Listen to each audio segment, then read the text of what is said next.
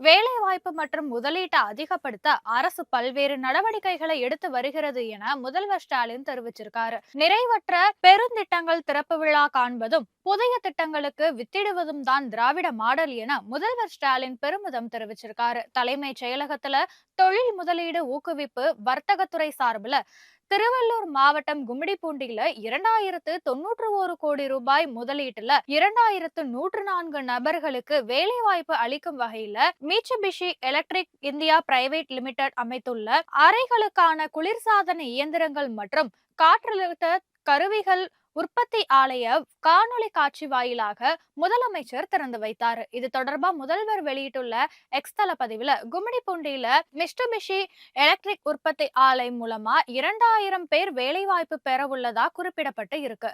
ஓயவே மாட்டோம், ஒவ்வொரு நாளும் நிறைவுற்ற பெருந்திட்டங்கள் திறப்பு விழா காண்பதும் புதிய திட்டங்களுக்கு வித்திடுவதும் தான் திராவிட மாடல் என முதல்வர் ஸ்டாலின் மகிழ்ச்சியோட தெரிவிச்சிருக்காரு.